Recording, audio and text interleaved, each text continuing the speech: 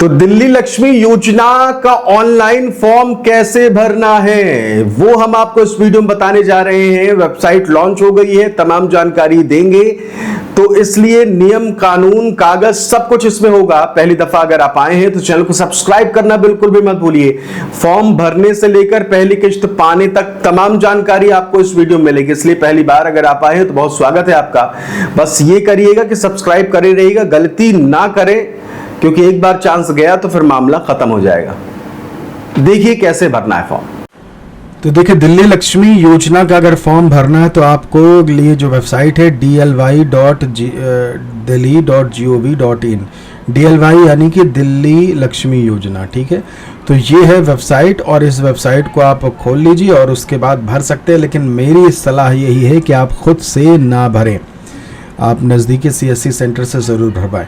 अब आ जाते हैं कि आप इसका फॉर्म कैसे भर सकते हैं। आवेदन के लिए यहाँ सारी चीज़ें हैं और इसके अलावा एलिजिबिलिटी, आवेदन कैसे करें, ज़रूरी दस्तावेज़, तमाम चीज़ें। सबसे पहले देख लेते हैं कि आवेदन करें कैसे। सभी पात्रता प्रश्न पूरे करें और पात्रता शर्तों का सत्यापन करें। जो भी सवाल पूछे जा रहे हैं महिला के लिए तो वो आपको भरना होगा। अभी आपको फॉर्म भी बताएंगे कहाँ क्या भरना है। तो ये कुछ 8 शर्तें हैं, इसको एक बार देख लेते हैं। सभी पात्रता प्रश्न पूरे करें और पात्रता शर्तों का सत्यापन करें। जितने भी सवाल पूछे जाएंगे सबको ओके करके फॉर्म भरते भरते आगे बढ़ना है।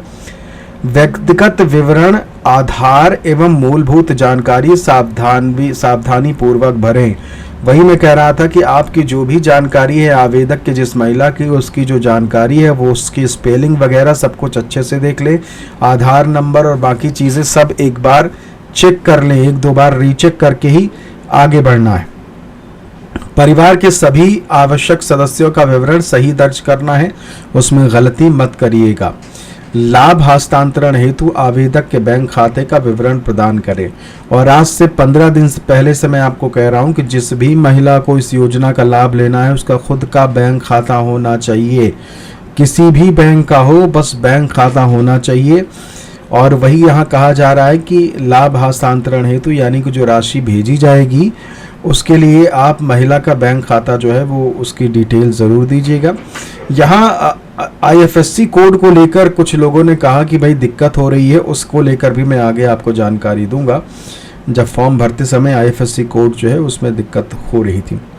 तो महिला का बैंक अकाउंट होना चाहिए और वो आधार से लिंक हो, आधार सीडिंग हो, ये ज़रूर ध्यान रखिएगा। सभी आवश्यक दस्तावेज निर्धारित प्रारूप में अपलोड करें। जो बताया गया है कि भाई इतने MB के होना चाहिए, इतना साइज होना चाहिए, उसी अनुसार आपको भरना है। पूरा आवेदन ध्यानपूर्वक प्रीव्यू करें और अंतिम आवेदन जमा करें। जब आप सारा फॉर्म भर लें तो लास्ट में सबमिट करने से पहले एक बार सारी चीज़ें आपको रीचेक कर लेनी है, अच्छे से देख लेना है ना, कि कहीं मैंने कुछ गलती तो नहीं करी, नाम, स्पेलिंग, डेट ऑफ बर्थ, कोई और जानकारी गलत ना हो। सब कुछ एक बार चेक ज़रूर कर लीजिएगा, 1 बार, 2 बार, 3 बार, जितनी बार हो सके, अगर खुद भर रहे हैं तो। इसलिए मैं कह रहा हूं कि आप नज़दीकी CSC सेंटर से भरवाइए, कोई गलती नहीं होगी।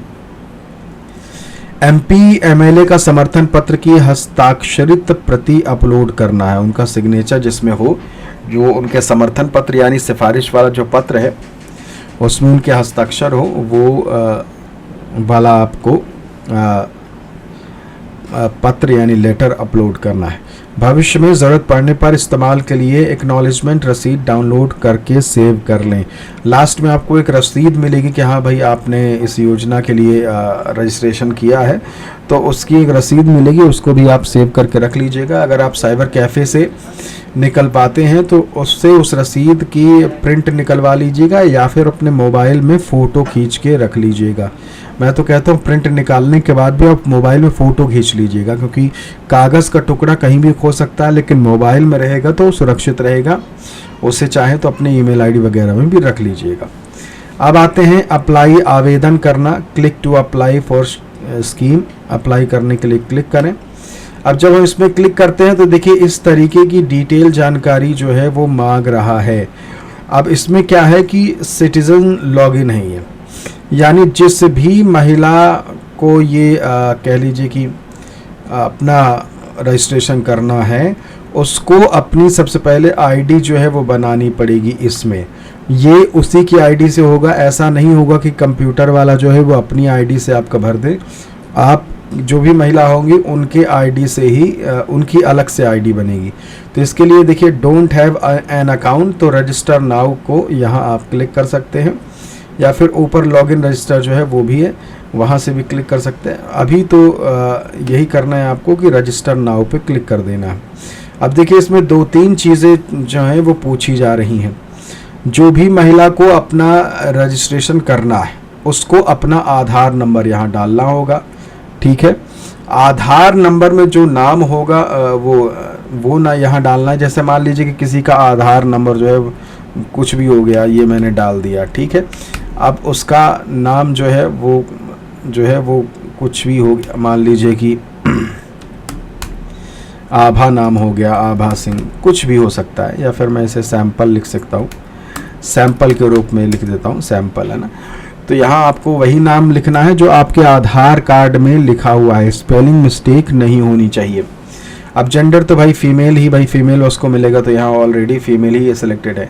डेट ऑफ बर्थ यहाँ आपको सेलेक्ट कर लेनी है और इसे ध्यान से भरिएगा, सबसे ज़्यादा ज़रूरी यही है, क्योंकि अगर आप 21 साल से 60 साल के बीच में रहेंगे तभी आप जो है अपनी इस योजना के तहत लाभ पा सकेंगे। इसलिए आप इधर बाकायदे डेट ऑफ बर्थ भर के फिर ये कैप्चा कोड जो है वो यहाँ आपको डाल देना है और इसे कंटिन्यू कर देना है।